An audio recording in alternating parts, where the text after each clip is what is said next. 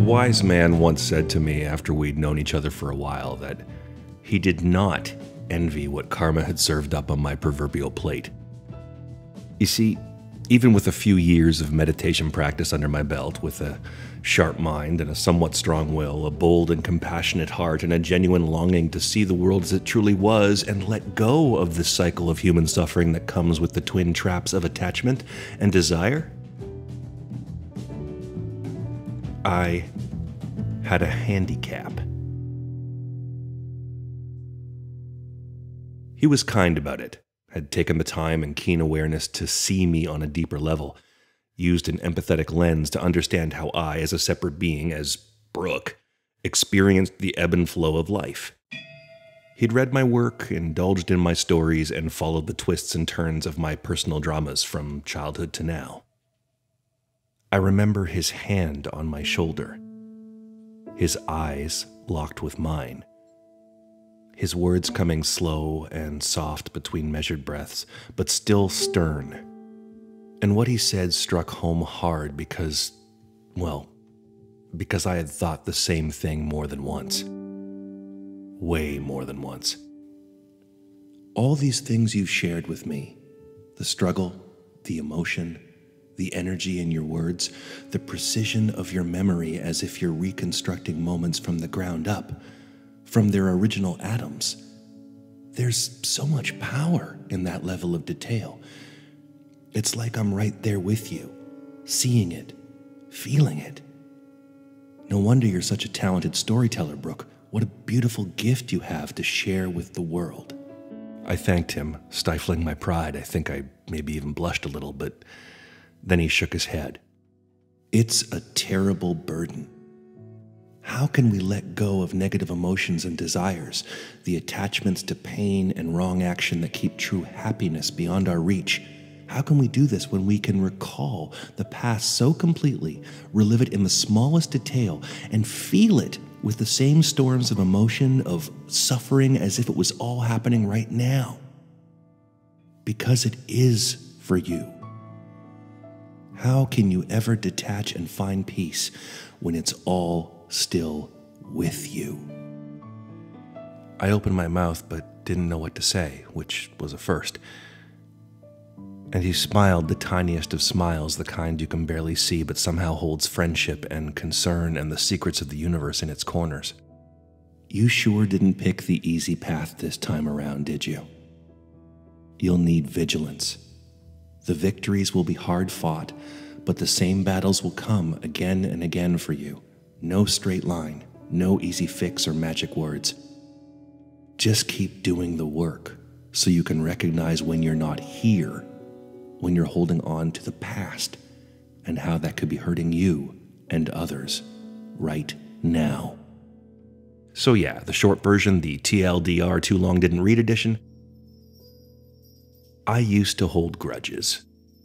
It was like a fire in my guts that could never be extinguished. These old embers just waiting for a breath, a gust, to make them flare again, to reignite them.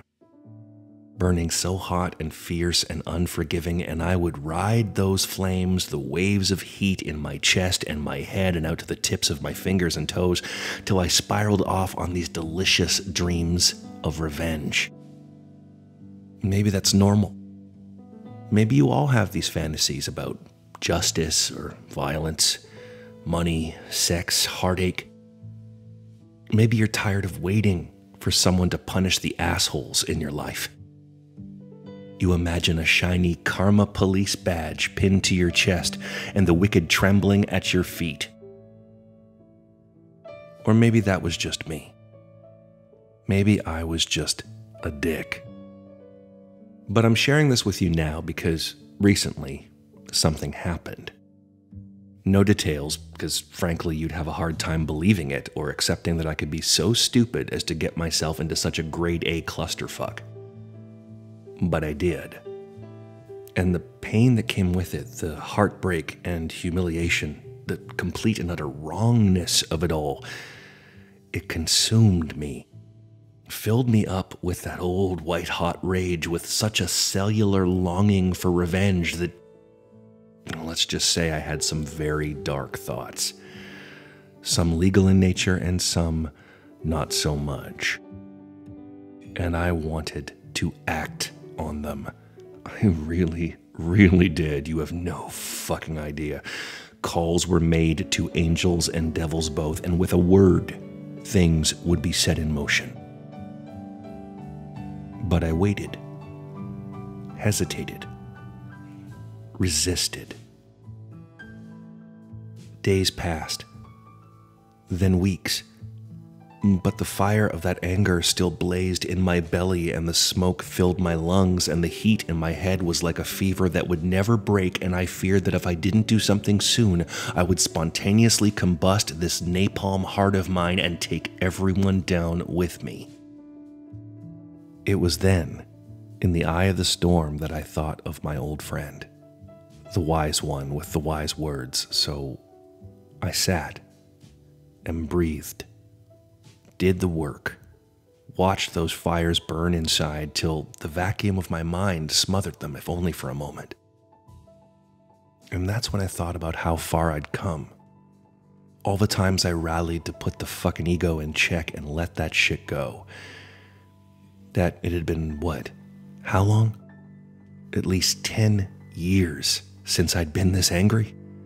This possessed by visions of unbridled hate? I survived, right? Didn't go crazy. Life marched on, and nobody died.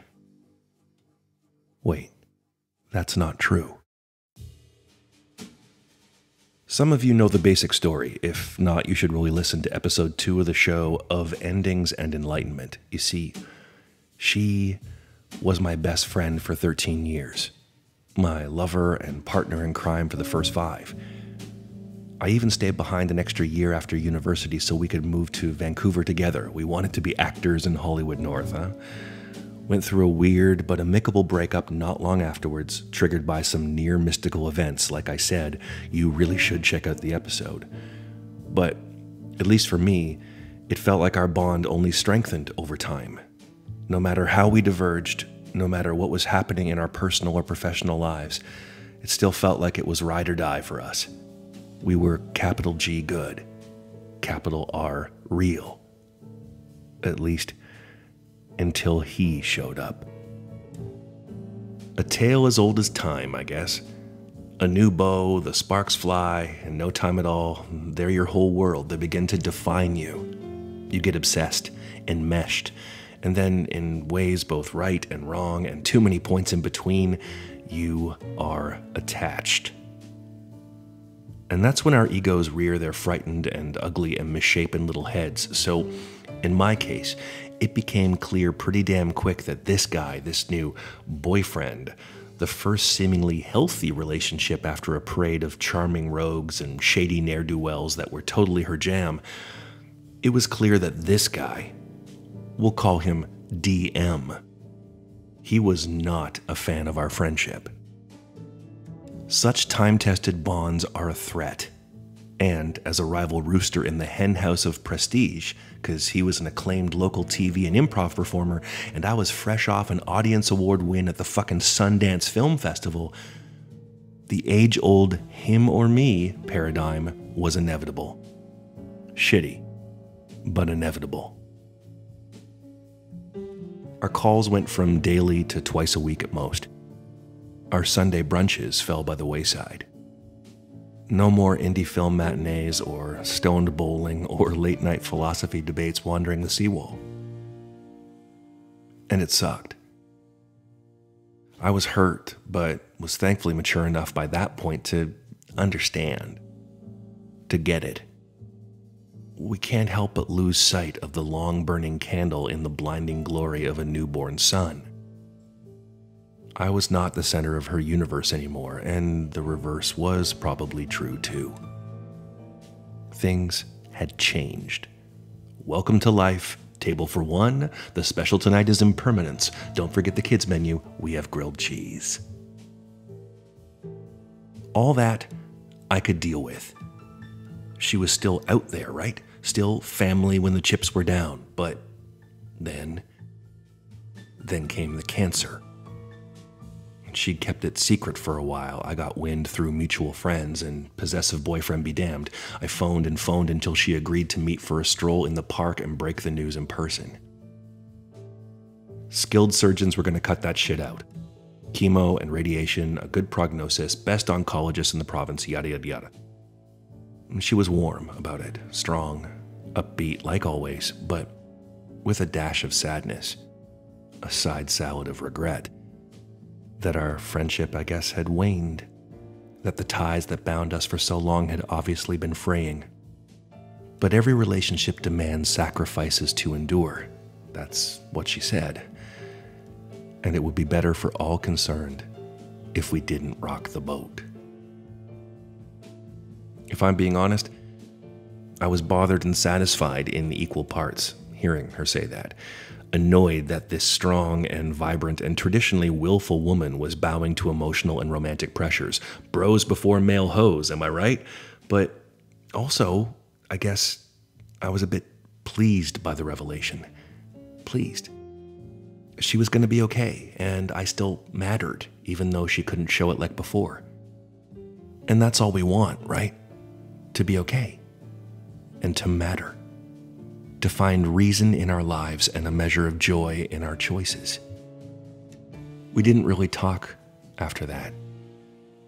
I heard that she went into remission and had redoubled her career push, kicking much ass running one of the city's cooler performance venues while teaching theater management at a local college, and I was damn proud.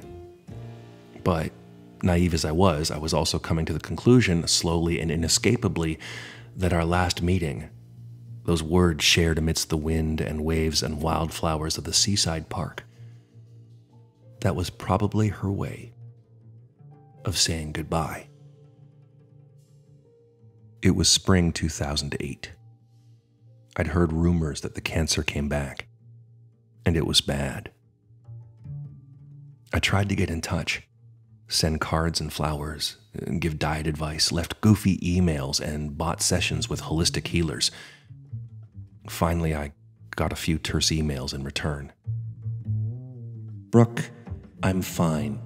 Some more surgeries, good progress, but it's very stressful. So please, stop making things harder. Live your life and be happy. That summer, I turned down a sweet Hollywood gig to backpack across Spain. For lots of reasons, but I felt compelled to reach out to her right after I returned. To her and to her family and her friends. After 6 weeks of searching for answers on a dusty Spanish trail, I wanted to share with the one person who always seemed to have the answers without looking. I remember opening email that rainy September morning. The message from her brother in my inbox. Knowing the knockout punch was coming, but too fast to parry. I'm so sorry, Brooke. Her memorial was a few days later. It was held at the East Side Theater where she had worked tirelessly to make a difference and to make a name for herself. A legacy in a struggling creative community that had blossomed up around her and because of her. But her influence extended well beyond that. Beyond just those people huddled on one side of the theater. Because the other half of the room was chock full with the rest of us. The old friends and the old flames. Joanne's menagerie of weirdos, commuting in from pool halls and strip joints and some ever-shifting address on the wrong side of the tracks. And then, in that room, on that darkened stage, there was a hush. The house lights went down, and that's when the man who proposed to my best friend during her illness while simultaneously between hospital visits fucking any doe-eyed starlet who would somehow stomach his reptilian gaze and hatchet face and skin the shade of dead sperm, that is when DM took the stage and stepped into his preset spotlight. My fiancée, God rest her soul, dated a litany of losers. But at least she finally got the good sense to snap out of it and trade the hell up. DM's side of the room let loose its trademark ironic hipster and soulless Vancouver laugh, but the other side, my side, just gasped. I gasped. And he kept going and fucking going, and I could not believe the shit being shoveled into our ears, all of it about himself, on the day of all days to honor her. But there had to be a reason, right? I tried to understand it, to see him through a lens of compassion, of forgiveness, of brotherhood for the suffering that had to be fueling this travesty. After DM's speech, everyone filed out of the theater save for her mom and me. We hadn't seen each other in years and had too often butted our heads over her hard-ass streak and my dramatic nature. But I knelt down next to her and took her hand. And she looked at me and her eyes welled with tears, and then mine did too, and we threw our arms around each other and we wept, loud and shameless. And somehow, this gave us the strength to join everyone else in the lounge for wine and sushi and little finger cakes that my ex would have hated.